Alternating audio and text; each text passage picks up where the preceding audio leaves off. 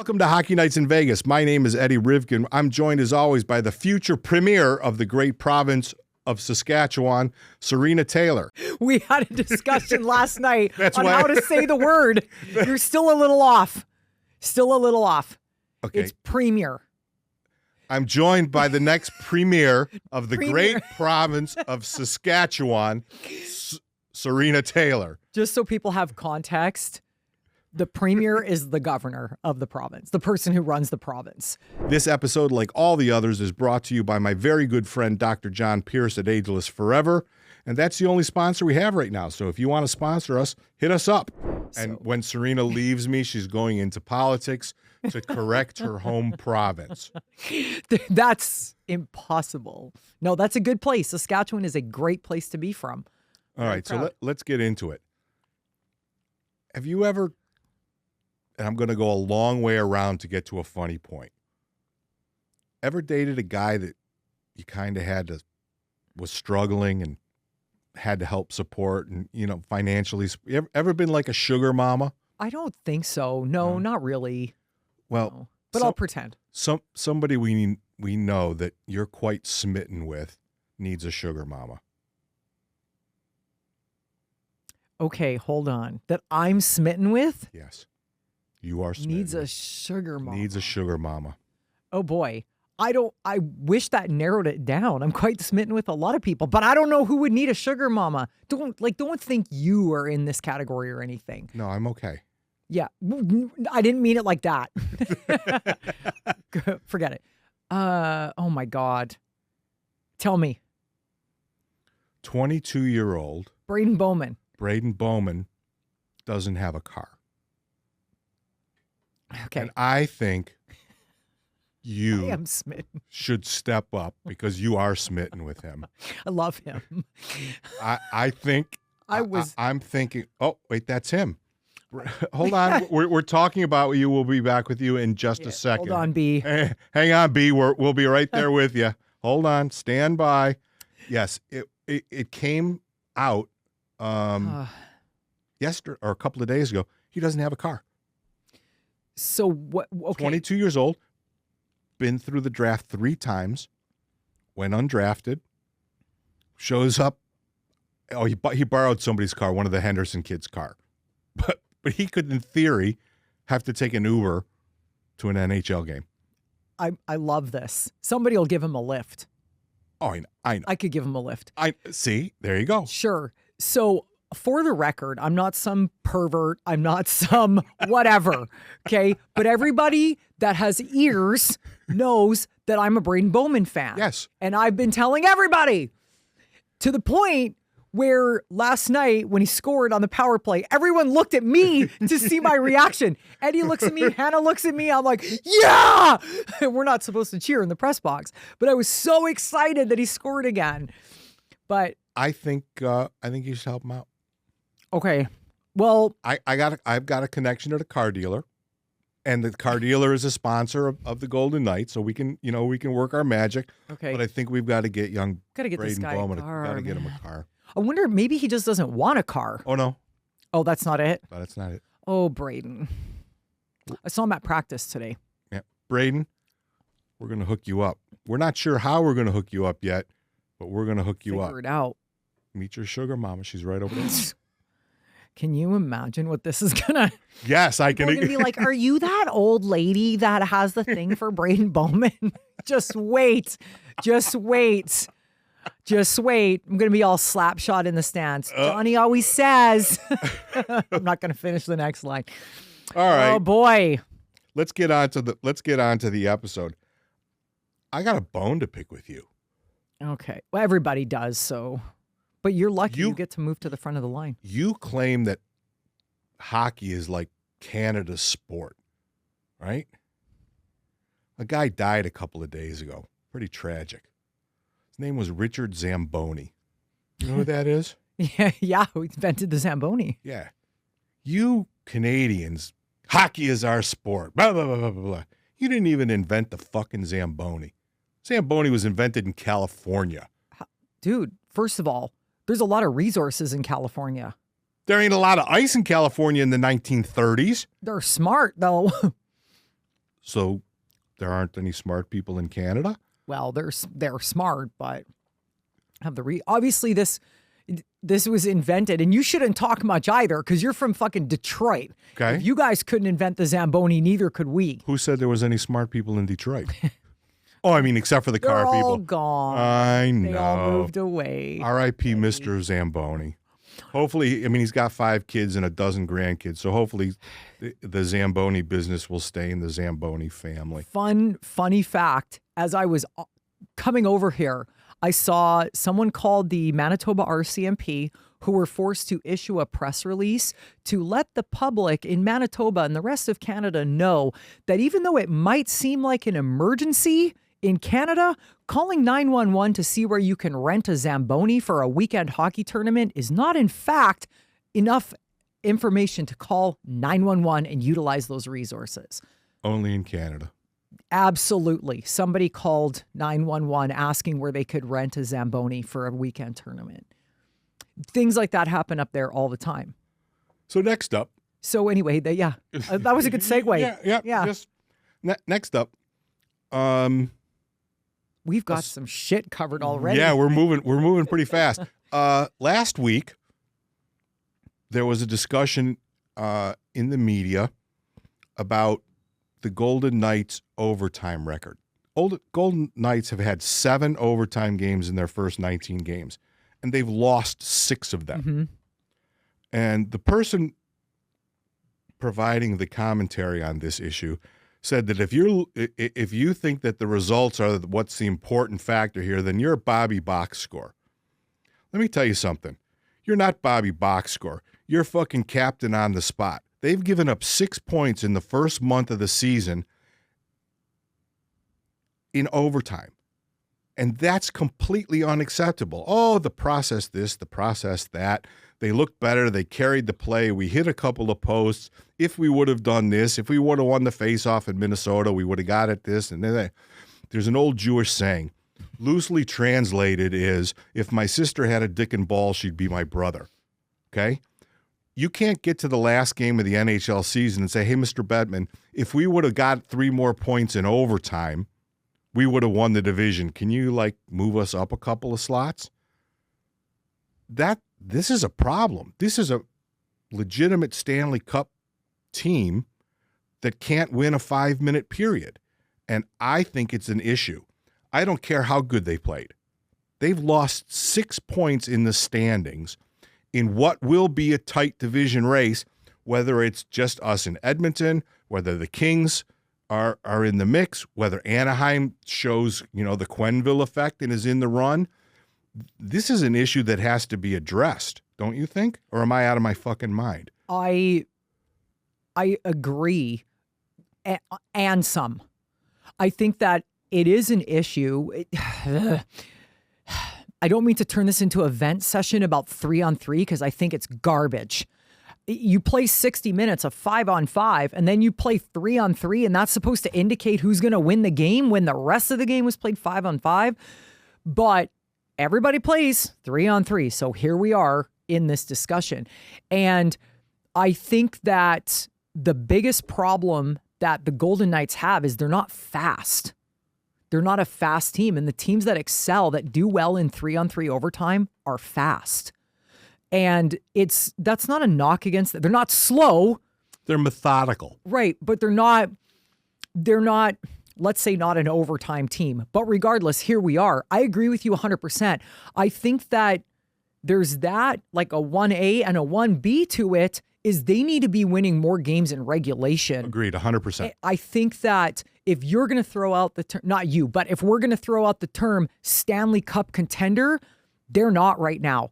They haven't played 2 games in a row this entire season, I don't think, where we've been like, holy crap, this is the golden, what they're capable of. I think that they won on the road the other night. Then they lost in that overtime game in Minnesota where there was a garbage penalty call, but we'll get to that in a second. Well, that's on the list.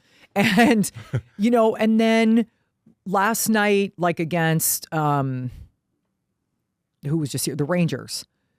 Better game. Decent, but not great. I think yesterday, I don't think great is really the the right word to use. Last night was a very efficient, low-event game.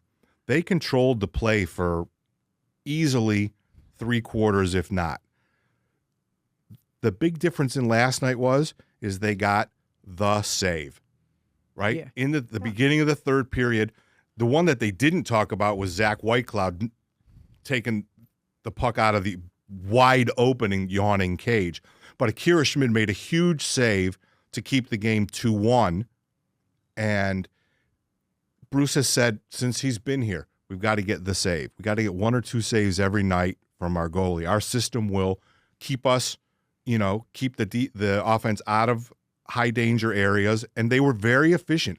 New York got next to nothing. And this was a team that went into the game 9-1-1 on the road, best team in the NHL. And they were never a threat. And it wasn't, I heard people complaining about the crowd at the Fortress not being into it. And, it wasn't ruckus and rebel rouser and this, that, and the other thing. I don't give a shit.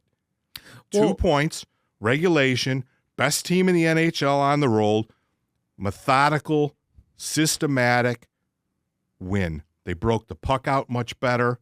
They beat the forecheck much better. Their forecheck was much better. They had New York hemmed in the zone multiple times, long enough that they could run shift changes. So I'm sure I would love to see more exciting games where we're jumping up and down. But if they win those games all year long, 3-2, and they're not really a threat to lose, that makes them a legitimate playoff threat because playoff games are a lot tighter. Couple things. I think there was a couple goals Shesterkin would have liked to have had back. Oh, for sure. Oh, Huddy's goal is just... Yeah. Secondly, I was the person that said about the crowd being quiet. I didn't mean because this game is boring. I meant it was, you could hear a pin drop in there, and I was kind of perplexed as to why. Because I felt like the game wasn't boring. No, it wasn't boring at all for us. Right, not at all. But having said that, I think that looking at a stat before the game, the Rangers they're almost the worst team in the NHL for odd man rushes. I think that Vegas has the talent and should have had created more odd man rushes than they did. But they got it done. But I don't think that last night, if you're going to talk about the playoffs, I don't think that's even close to them being good enough to win in the playoffs. Style-wise, I'm talking about. Not effectiveness, but as far as the way the game was played. It was close checking. It wasn't freewheeling. It wasn't a boring game for us because we know what we're watching. It was a well-played hockey game by, at this point in the season, 2 well-coached teams. We know Sullivan's a good hockey coach, right? But they carried the play, and that's the thing that was my biggest takeaway from the game. That and, the power play is 5 for 14 with your crush on it now. I know. And I think... And 2 goals from the second power play unit. Well, first of all, that was one thing I was going to say. He's not playing Mitch and Eichel for 2 full minutes anymore because it's absurd. Secondly, here's going back to the overtime conversation and kind of about this. Watching Toronto go into overtime and Nylander scored a highlight reel goal. Yes. It was unbelievable. But that play was made because John Tavares pulled all 3 guys in the corner and left Nylander wide open. That is a veteran play. That's a Mitch Marner type of play. But I don't think really anybody else on that Vegas team, besides Mark Stone, he's hurt, whatever. Maybe a Carlson, who's also hurt, but have the capability to do that. John Tavares is just a seasoned vet that knows how to do that stuff, and that's the way he's always played. It's not necessarily Vegas' style, but it's little things like that that are the difference in overtime, for sure. Well, I was going to go on a giant rant about the whole overtime thing in general, but we'll get, oh my God, we could just we'll be here a month, so we'll get back to that. At least 6 weeks. I mean, hi Shea Theodore, where you been? Right? Yeah. He hasn't been as noticeable early in the year as he has been in previous years. He had a really good game. He had a great game. In addition to scoring the goal, and we don't play the results game. That's not the way we do this thing. We determine who plays a great game based on what our eyes tell us. And those of you who don't know, we sit next to each other in the press box, so we talk about this stuff that leads to these conversations. He was very noticeable last night.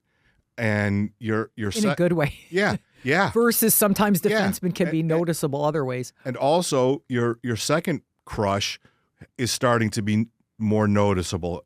Yes, he hasn't scored a goal this year. Kolazar. Yes, but he was very effective, and the fourth line was very effective Mm-hmm. last night on the forecheck, driving the play in the Rangers zone and forcing them to defend. You know, and they were out there against Panarin's line a lot, and they Yes. owned them. Yeah, I that was matchup. So thing- happy. Like, but you get a guy like you get Kolazar and Sissons. Those are some tough customers, and Reinhardt on that fourth line. They're in there banging and crashing. They don't give a shit, and that's how your fourth line is supposed to be. And if it's the perfect matchup against their top line, perfect. Worked out for Bruce really well. Not that it was a fluke. I'm just saying it was a good thing. And the fact that they weren't defending all night. Yeah. Right? I Yeah. mean, and it's been a little suspect, and we can sort of take this whole thing and wrap it all the way back around to your first crush. When Braeden Bowman moved from the second line to the first line, that allowed the roster that they have now to sort of slot the way Bruce wants them. And young Mr. Reinhardt is very noticeable. He's he's really fat. I didn't realize how fleet of foot he was. Pretty smart too. And he seems to, him and Bowman, they don't seem to be at all overwhelmed with the moment and with the show and the NHL. I mean, and that's a testament to Ryan Craig in Henderson. Unbelievable job. Right? And he's been, how do we say this politely, not privileged with a great amount of talent through the draft. That was gentle, right? Yeah, but they have a great team. They're making good with what they have, and he's doing great with teaching them Bruce's system so that when the phone call does come, the moment isn't too big for the kids. You know, speaking of Bowman, sort of, I guess, I have noticed a huge difference in Eichel's game since Bowman started playing with him. Yeah, it is. He moves his fucking feet a little bit now. He has more sense of urgency. And it's like, that's the kind of guy to put in that effort to play with a rookie like that. Like, let him go. Eichel's smart. He doesn't need to be skating around the ice like a chicken with his head cut off. But the way he just knows, like Bowman works so hard. And I feel like Eichel honestly has stepped up his game. He's certainly struggling. He's been off the score sheet for quite a bit. He's a little bit, snake bit is probably a very fair description. Somehow he shot the puck, basically he shot it up Shesterkin's ass.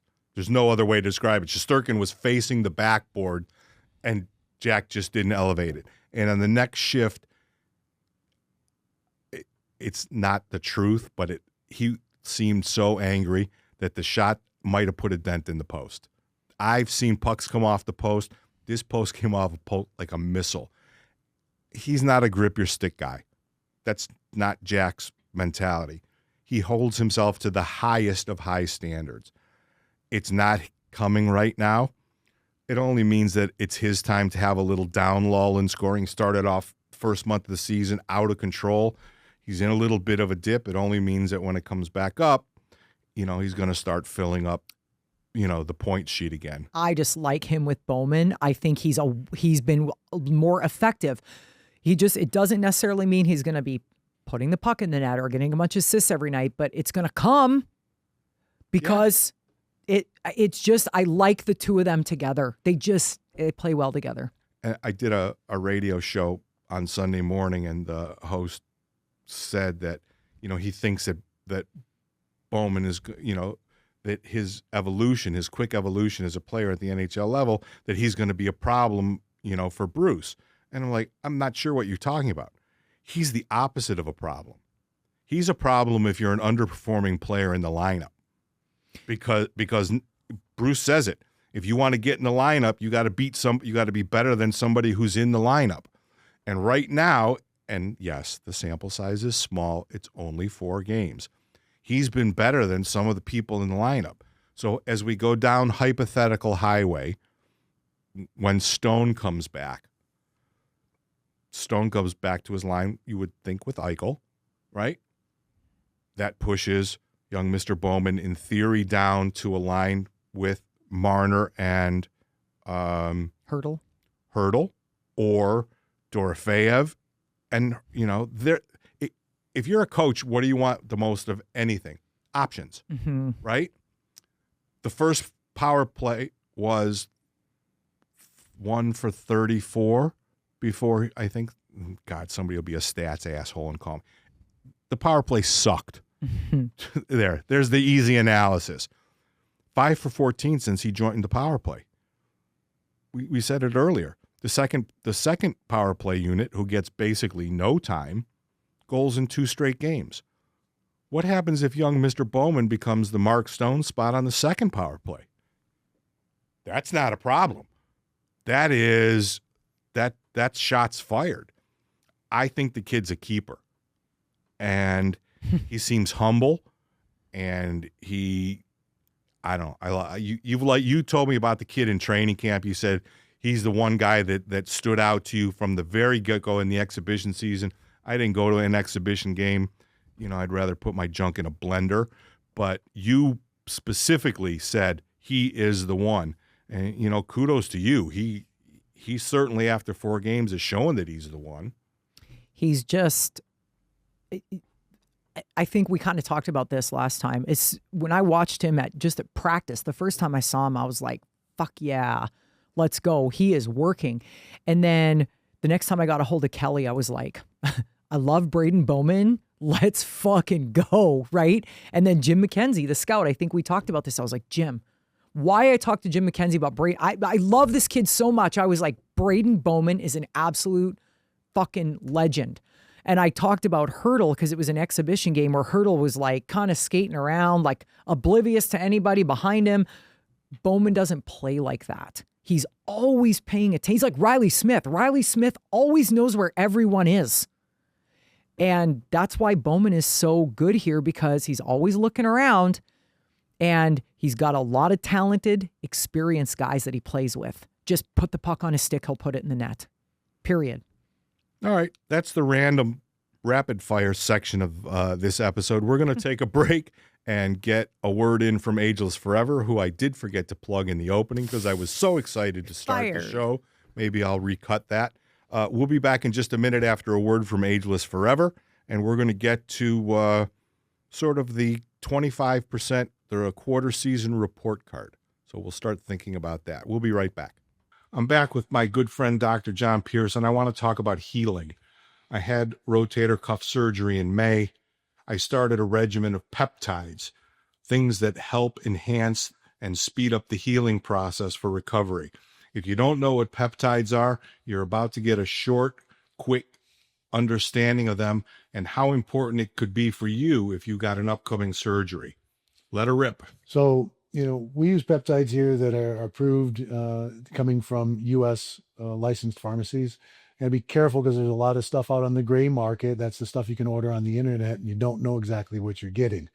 However, what do peptides do? Well, peptides do a lot of different things depending on what we're looking to do. Now we're going to talk about a couple peptides that decrease inflammation and upregulate healing. That is unlike taking an anti-inflammatory medication or a corticosteroid, which decrease inflammation and downregulate healing. So that tissue that you just got repaired, or if you just injured, you want it to heal and you don't want to make it more prone to further injury. This is where the peptides come in, because they decrease the amount of inflammatory, they're called cytokines, produced by the cells, and they upregulate growth hormone receptors in the connective tissue, thus allowing better healing. So we get the best of both worlds. If you've got an injury and you want to get back quicker, peptides can help. If you're suffering from chronic issues like osteoarthritis, peptides actually can help that as well. If you have orthopedic surgery or any type of surgery that's planned, and you can prepare before and after surgery, your healing time will be better. This is really important, folks. We're all getting older. We're not healing the way we used to heal. I know it for a fact that the regimen of peptides that I take improved my healing and also shortened the time that it's taken me to get better. Pick up the phone, call Ageless Forever, tell the girls that you found the practice through the Hockey Nights in Vegas podcast. Your first consultation with Dr. Pierce is free. Don't you want to get better faster? It's pretty much it. So if you're ready to take the first step, pick up the phone, call 702-838-1994. Any of the girls can take care of you. Your first appointment is on the podcast. Just mention to them that you're a fan of the Hockey Nights in Vegas podcast. Do something good for yourself. Pick up that phone, make the call. You'll thank me later. I know that. All right, we're back. Today marks the official 25%, the quarter pole, if you're a horse racing fan, of the NHL season. Hard to believe we're literally a quarter of the season done. I want to talk about the league first, and then we're going to get into some really very VGK specific stuff to end the episode. Who's the biggest surprise in the NHL? Which team is the biggest surprise in the NHL in the first quarter of the season?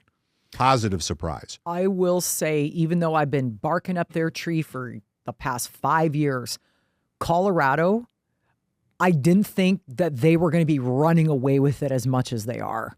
They've just been unbelievable. So I'm not surprised that Colorado's on top of the league, but I think I'm a little surprised at how much they're dominating everybody. For now, not sure how long it'll last, but I would have to say Colorado. I think it's Anaheim. Yeah, Anaheim's a good one too. I think, listen, they've been acquiring since Pat Verbeek left Detroit, learning from Yzerman, just like the GM in Tampa did. They've been acquiring a lot of really talented kids. And that Leo Carlson fella they got, he's the real deal. And now you have a world-class, arguably top 3 or 4 coach in the history of the NHL behind their bench. And they're playing like they believe it, I guess is the right. They're not, I don't think they're a fluke. Do I think they have the legs to go 82 games? Talk to me when we get to the half season to see where they're at. But I think they're a pleasant surprise for the league because all their young kids are really starting to produce, and I don't think you can discount the bounce, the Quenneville effect. So to me, yes, Colorado's a wagon right now. But Anaheim is the true. I mean, you can see Colorado being a wagon just because look at what sits on their bench. Anaheim is the truer actual surprise in the first quarter of the year, in my opinion. They've been good. I mean, they were dog shit for so long. They have all these top draft picks. Right. They kind of remind me of Vancouver a couple of years ago when Rick Tocchet was coaching in Vancouver, and they were flying. Vancouver was flying. I'm like, they ain't going to do shit in the playoffs because they never do. Mark my words. But I think Anaheim's got more talent than that Vancouver team did. We'll see. But it does, having the experience, like you said, having the experience makes a huge difference. 60, 70, 80 games into the season and then the playoffs. Biggest disappointing team in the first quarter of the NHL? That's a bit more complicated, I think. Yeah, because there's several. I don't think anybody's been like, what? I can't believe it's that hideous. Florida, maybe? Florida's terrible. And I mean they're missing 2 key guys on their team, but I don't think anybody's really surprised by that, but I feel like Florida should be doing a little better than what they are.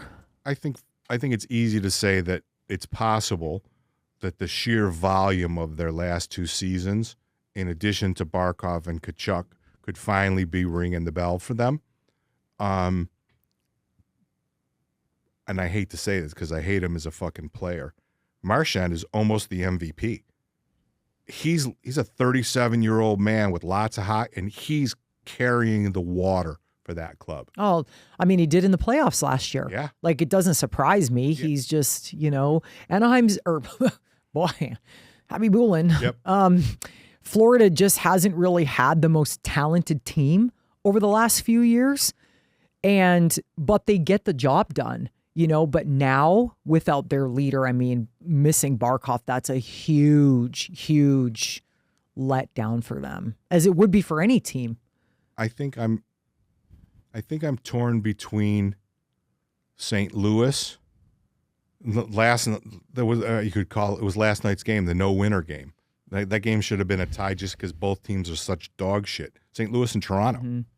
I mean, they're 25 games in, and you've got the Maple Leafs GM already putting out the mea culpa. It's all my fault. I have to, not panic button. He says, I'm not going to trade the future for the now. And he says, he went to the GM manuscript of how you deflect a shitty season. And he read the notes perfectly. How the fuck did he not write the fucking thing? Well, I know, right? I mean, God It almighty. should be by and then forward. He should have wrote his own forward. But so they're awful. There's no other way to put it. They're awful. And sure, I want to snicker and say a lot of it has to do with Mitch Marner, but I wonder if Chief might have lost the room. And it's hard to say that early in the season, but he's real direct. He wants a real direct north-south heavy game, and Toronto's not really built for that kind of thing. I'm wondering, and I don't want to get into the hot seat coaches bullshit, blah, blah, blah, none of that.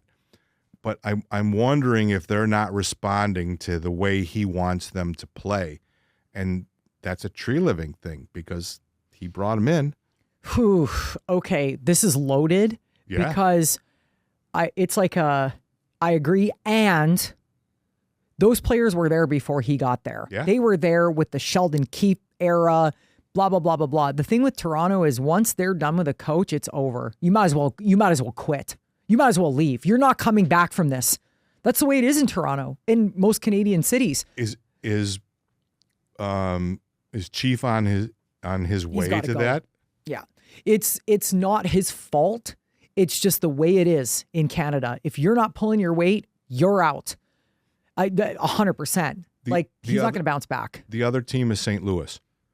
They had no reason to lose that series against Winnipeg. Up 3-1. I mean, Jim Montgomery is a fantastic hockey coach, and that team is not responding. And they are not the most talented team. Jim Montgomery makes his players have responsibility and work ethic, and they're just fucking hot trash. I mean, they benched Jordan Kyrou, right? He's like the whipping post. Every time something's not going right, give $8 million over there a popcorn run for the boys. And it's hard to understand the incredible, they should have won the series. I mean, I know you're an all things Canada fan. St. Louis should have beat Winnipeg last year. Listen, okay, hold on. I am all things Canada, but I'm a huge fan of Doug Armstrong. And behind Kelly, I would hire Doug Armstrong to be my general manager every fucking day of the week. The guy is a hockey guy, and he's put together so much good stuff in St. Louis. And yes, they should have won. They should have beat Winnipeg. I think Winnipeg, though, is a more talented team, but I don't think, and I've been saying this for years, Winnipeg is never, ever, ever, ever going to get the job done. They don't have it. They never will. They've never done it. They never will. They can be, everybody was all hyped about them winning 500 games last year, whatever. Winnipeg had only lost like 12 games in their first like 60 or something crazy. And I'm like, they're not going to do it. And yeah, St. Louis should have beat them.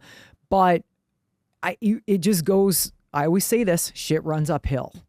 But also watching Doug Armstrong's press conference at the start of this year, this is Doug's last year. Right. He's stepping aside, stepping down, whatever you want to call it, giving the reins to somebody else. Alex Steen, I think. Yeah. Right? Yes. He literally said, we know that this is a transition year. Does that mean that he's okay with what's happening? No. But it happens. It happens. They don't have a ton of super, super talented guys. And so, but I do agree with you. I think it's probably, if you ask a general manager if they're disappointed in their team or not, I think Doug Armstrong would say yes.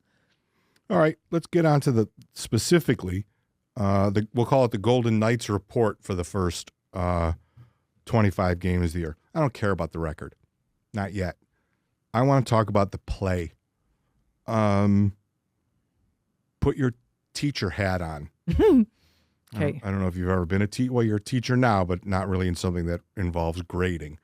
A, B, C, D, E, F. Overall. I don't think there's an E grade, but No? no, it's only A, B, C, D, and then F. There's no E. And he only got D's and F's. Sarina, I went to high school over 40 years ago. I don't remember. I just went home to Michigan and tried to go look at my high school and couldn't find where it was. So give me an old man's break, would you?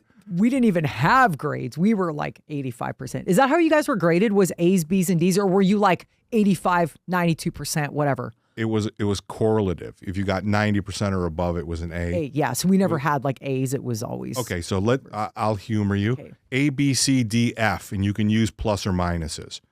Okay. Overall. B minus.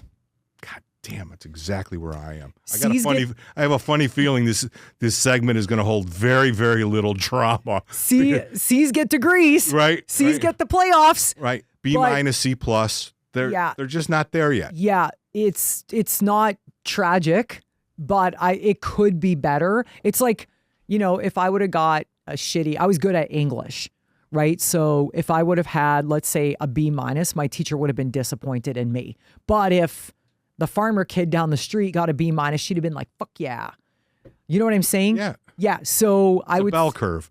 Yeah. Yeah. B minus based on the fact that I think that they could be a lot better. And I think they will be a lot better.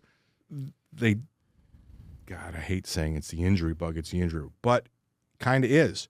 The team yet has not had the opportunity to really gel. We talked about the year they lost to Dallas in the first round, the team that they iced in game 1 of the playoffs against Dallas, the total number of games where that lineup played together, it was the first game. Yeah. So you can't downplay the reps that you get over the course of an 82-game season. So I don't think they have any warts, right? I don't think that they have any major, concerns. I think that the machine just needs some time, and they need to get healthy. And I suspect if you ask Bruce the same question, I think Bruce would be right there with us. Yeah, 100%. But he's not a sugarcoat cat. So he's not. But here's also another reason why I gave it a B minus. Let's be honest, if every single forward on this VGK team put in the same effort that Braeden Bowman and Mitch Marner do every shift, this is a different conversation. I don't feel like everybody is pulling the rope yet. Yes. I think that guys could honestly be trying harder. Now, a guy like Braeden Bowman is working his balls off because he's so fucking excited to be in the NHL. He's like a puppy. I get it. It's different. But I haven't seen Mitch have one off shift yet. Not one. No. I can't think of a time. No, I laugh because I hear my doom scrolling thing is listening to reading the fan base stuff. Oh my God. Well, I don't even. I can't. If I'm sad or depressed, which I like to read the misery of the Vegas Golden Knights fan because it makes me feel better. And we'll just leave it at that. How about that? And we have to get rid of Mitch Marner. He sucks. So, tell me someone did not say that. Do you think I came up with that quote? They need to be can't. I can't. I'm not even giving this air. No, and that's the reason I'm bringing it up. Mitch Marner was the fastest Golden Knight in history to 20 points, 18 games. Nobody else got there. I just love it. Oh, he's terrible. Okay, you're an idiot. I don't reply anymore. I used to, and Joe used to get on my ass. He's like, why are you picking on the retards? You can't win a fight. You can't win a fight with them. It's like arguing with a 3-year-old. Right. Yeah. Yeah. So Mitch is fine. By the end of this regular season, hopefully the fan base will figure out why he's as good as he is. I've seen some stupid shit, but that might be right. Isn't that pretty close? That's pretty close to the home run right there, right? That's fucking dinger right there. That's World Series Game 7, bottom of the ninth, Jack. How do you? Okay, we got to move on. Okay, I can't. All right. Can't even go there. So we did the overall. So let's work our way from the goal out. Okay. Goaltending. Honestly, for what happened with injury, whatever. Play it as it is. I'm gonna say B+. Yeah, I don't think you can fault the goaltending for anything that's happened. They haven't been stellar. We're not talking about fucking Patrick Waugh stuff here, but none of the games that the Golden Knights have lost, in my opinion, have come down to it being a major goalie mistake. The goaltenders have not stole a game, and the goaltenders have not Lost a game. Lost them a game. Yeah. Have there been softies? Sure. But guess what? Everybody on the ice is an NHL player. Yeah. And softies happen. Ben Hutton's goal against arguably the best goalie in the world last night against Igor Shesterkin. Yeah. He probably went in the locker room and cut all his hair off because that's going to be on SportsCenter. They've been serviceable. Right? I mean, nobody should complain. Right? You can say Akira Schmid should have made those 2 saves, and it ended up in a result. But you know what? I think it's just sort of like a B. They're not the cause, right? They're not a liability to the team. The team doesn't have to play 10x better to make up for 10x worse in the net. This question is going to probably change incredibly, not only in the next 2 weeks, but whenever the hell Aiden Hill gets back, because they went from who's going to be the backup goalie to what some say is a controversial signing to an injury to your starter who's only been in 1 or 2 games, who, if you listen to Frank Saravelli and Elliot Friedman, is in theory out until March. Now, you weren't there. We saw Mark Stone in the tunnel after the game, hand in his pocket, so we know he ain't ready yet because homie's hiding a splint, right? And we saw Aiden Hill walk, and he was walking a little gingerly. And according to, I don't even know who the source was. I was going to say an insider, but I don't even remember who I hear it from. He's not even skating yet. It's funny. I love that you said that about Aiden Hill. Not that I love that he's walking gingerly, but last year it was interesting. We were downstairs after the game. Matthew Tkachuk was injured with a groin injury. He was walking around, no problem. Everybody's like, what the fuck? Tkachuk looks like he's walking. I go, you've clearly never pulled a groin. Just because you can walk without pain, that's just the first step. You need your groin to skate. Like, you guys don't understand. You push that, you pull a groin. Like, as soon as I saw Hill go down, you weren't at the game, I said to Hannah right away, I go, that's a groin. He's fucked. A groin is can be a 6-month injury. Yeah, it takes a long time. He was walking gingerly, and so if he's walking gingerly, he ain't skating. No, he's not skating. He's not skating at all. But in theory, at some point down the line this season, they're going to have 4 goalies, and depending on Aiden Hill's return, they could have 3 goalies with between 18 and 20 or 22 starts, right? By the time they get to mid-March, there's only 20, season ends April 18th, so they could, in theory, be 60 or 65 games into the season.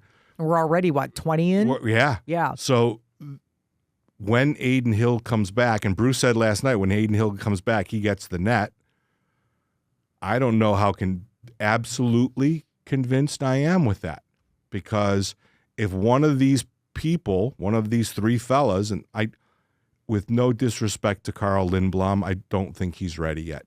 I think he's playing above his head, and I think that he's been a hard luck loser at least 3 times, but I think that he needs some more seasoning to be a long-term NHL goalie, and I don't think I don't think it is. And I absolutely do not mean it in any way, shape, or form as insulting, because for what he was thrown into, oh, hello, Florida, Tampa, Florida, right, and hit Colorado in his first 4 starts, it's like, oh, listen, why don't you go walk in front of the firing squad, right? Yeah. And he held his own. So, I'm curious. They gave Carter Hart $4 million. That means that they're going to give him $4 million worth of hockey to eat when he's physically ready. But who knows? I mean, the Henderson Silver Knights, hey, fuckers. You fuckers, you totally tricked us. I drove all the way to Henderson on Saturday night through monsoon. They're even if they sign Carter Hart for $100,000, this is an NHL experienced goaltender. Kelly didn't sign him to have him play in fucking Henderson. So the plan was, we know it's coming. You're starting. You are my starter when you get there. Bottom fucking line. So you think December 1st? Well, maybe. Like, I understand the logistics, but when he's ready. When he's physically ready. It's going to be go time. Him first, Schmid behind him, Lindbaum back to Henderson? I think so, because why else would Kelly sign him? He's signing him to be a starting goal. He is a starting goaltender in the NHL. So all right, so we're at B+ and B. Kelly's a very black and white person. So I don't know, like, why else would, So the decor was a concern at the beginning of the year. Losing Alex Pietrangelo, you're losing 25 minutes a night, not just 25 minutes. You're losing 25 hard minutes. All against all first and second line, all the stars, right? So we kind of wondered, what's the decor going to be like? How's the decor been? And I'll frame this a little bit with, they haven't given up more than 25 shots in a game yet. I'll say that I feel like the defensemen went from a C+ to a B- kind of thing. I feel like they've improved since Hanifin came back, because the whole thing has just been all over the place because of Hanifin not being there. And so I think they've improved since the start, especially over the last maybe 4 or 5 games. I mean, we were talking about Shea Theodore earlier and how he had a good game last night, and Ben Hutton got a goal last night, and Hanifin rarely makes a mistake, So I think they've improved. I think it's a B trending. Yeah. I mean, the Hanifin thing is the biggest storyline for the decor. They are a different club when he's in the lineup. It's not fair to say things like he's going to ascend to the Pietrangelo role, but he's the most complete defenseman of the 7, right? He has the offensive prowess. He can skate. He can defend not only with his body, because he's a big guy, but he can also defend with his feet. So getting him slotted, getting them slotted, they're trending the right way. Whatever clicked with Shea Theodore in the last 3 or 4 games, that's the Shea Theodore that we've become accustomed to seeing.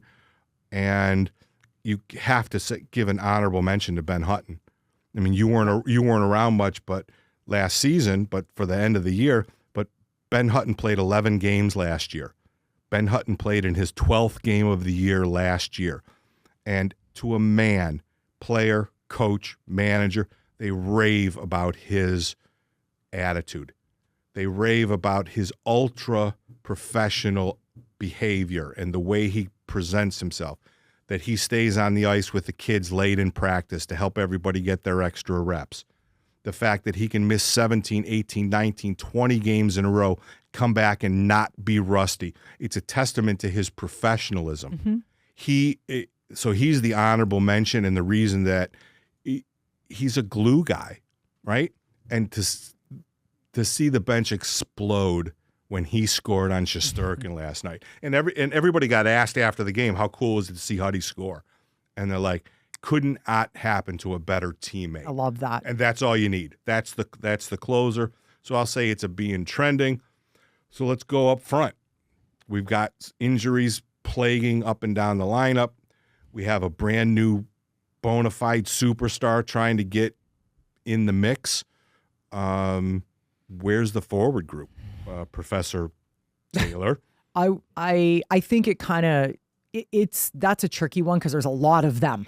But it just goes back to what I was saying, that I don't really feel like every single player has been playing up to their capabilities. And in my opinion, is putting it, you have a guy like Riley Smith, where maybe one shift a game, he's not balls to the wall. I mean, Riley Smith is just always working so hard, and that's obviously his style.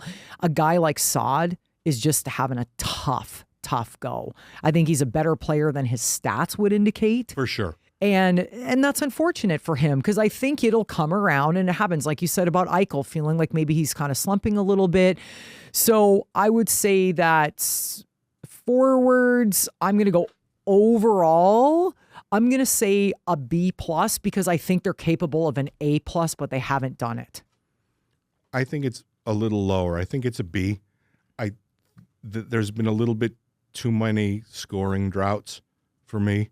They still are plagued, and if I knew a stronger word than plagued, I would use it, expletive filled or not.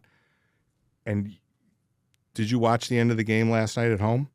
No, I don't think I was home by the time it was over, or like it was over before I got home.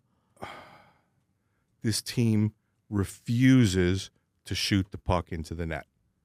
And it's been this way for 3 or 4 years. They have to pass the puck 27 times before they put in an empty net. They refuse to shoot the puck into the empty, and it almost came back and bit them on the ass. There was an empty net. Rangers score to make it 3-2. There's a little bit of a back and forth. It's empty net again. They rush the ice. It's 3-on-3.